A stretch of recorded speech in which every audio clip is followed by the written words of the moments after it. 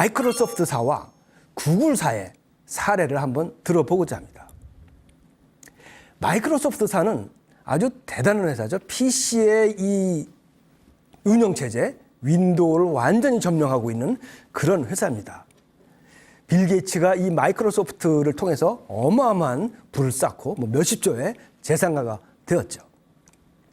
그리고 마이크로소프트의 이 빌 게이츠가 은퇴하고 나서 스티브 발머라는 경영자가 취임을 하게 됩니다.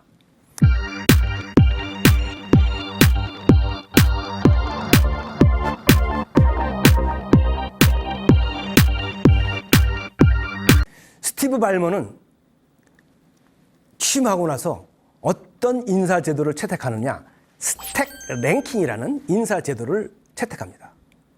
스택 랭킹은 어떤 인사제도냐, 세계적인 경영자 잭 웰치가 GE, 제너럴 일렉트릭이죠. 세계 최고의 제조회사, 전자회사였었죠. 지금은 삼성이나 LG 같은 회사들 더 좋은 제품을 많이 만들어내지만 옛날에는 GE 하면 아주 대단한 회사였습니다. GE의 최고 경영자, GE의 CEO 잭 웰치가 만든 이 인사제도가 바로 이 스택 랭킹이라는 제도입니다. 80년대, 90년대에 아주 전 세계를 휩쓸어버린 그런 인사제도인데 이게 어떤 제도냐? 바로 가혹한 외적 보상제도입니다. 실적이 상위 20%는 어마어마한 보너스, 어마어마한 스톡 옵션, 막 그냥 중간 사람들에 비해서 막 그냥 월급도 2배, 3배 막 엄청나게 줍니다. 상위 20%는. 70%는 그냥 보통 줘요, 보통. 10%는 가혹하지만 잘라버립니다. 그래서 이 잭 웰치의 리더십 중에 하나가 사람을 가혹하게 자르고 또 이 합병과 이런 걸 통해 가지고 구조조정을 아주 가혹하게 하는 걸로 굉장히 유명했습니다. 그래서 이 잭 웰치의 이 구조조정과 이 가혹한 인사제도, 이게 이제 80년대, 90년대까지 전 세계를 휩쓸던 그런 인사제도였었죠. 이 마이크로소프트의 스티브 발머가 맞아. 경영의 신 잭 웰치의 이 인사제도를 가져와야지. 이래가지고 마이크로소프트의 스택 랭킹이라는 인사제도를 도입을 합니다. 거의 10년 가까이 이 인사제도를 채택을 해서 했습니다. 어떻게 됐을까요? 스티브 발머 이후에 마이크로소프트는 신통한 제품을 성공시킨 적이 없습니다. 검색 엔진 빙을 내놨는데 구글한테 밀리고 여러 가지 소프트웨어에서 히트작이 없어서 히트작이. 왜 그러냐? 이 가혹한 인사제도는 스택 랭킹이라는 말 자체가 그런 겁니다. 스택 랭킹이라는 말자가 랭킹, 서열합니다. 서열로 이렇게 무더기를 해놓은 게 스택 랭킹이에요. 즉 직원들을 서열화시켜 놓는 겁니다. 세로토닌이 나오기보다는 코티졸이 나오고 굉장한 경쟁 속에 직원들을 몰아넣는 것이죠.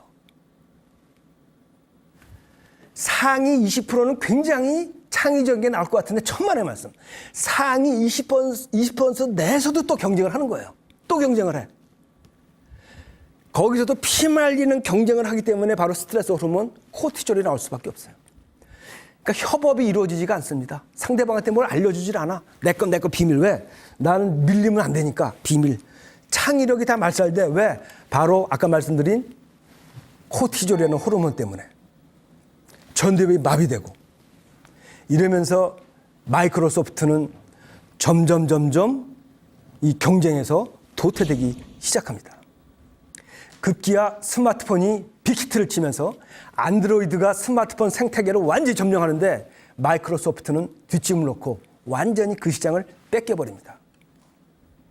결국은 스티브 발머가 퇴임을 하고 이 스택 랭킹이라는 인사제도를 포기하기에 이르릅니다.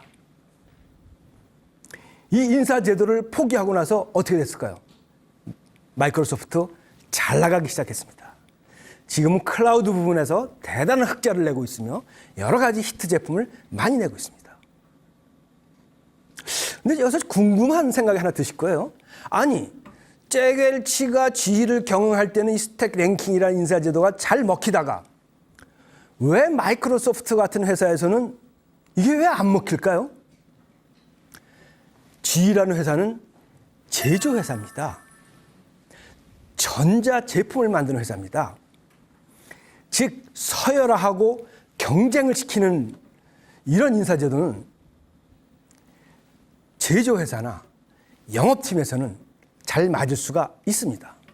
그러나 마이크로소프트 회사는 어떤 회사죠? 창의력을 중요시하는 회사입니다. 제조회사가 아닙니다.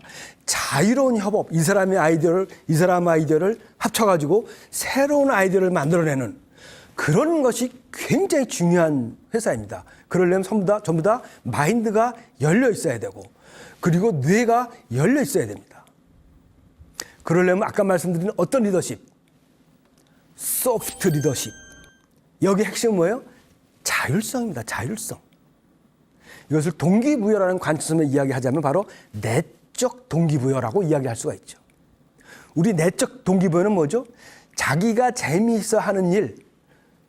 이게 바로 내적 동기부여. 이걸 리더십이라는 관점에서 보면 이게 바로 소프트 리더십이고, 그리고 서열이라는 관점에서 보면 이게 바로 심리적 서열에 우위에 갖는 그런 것입니다.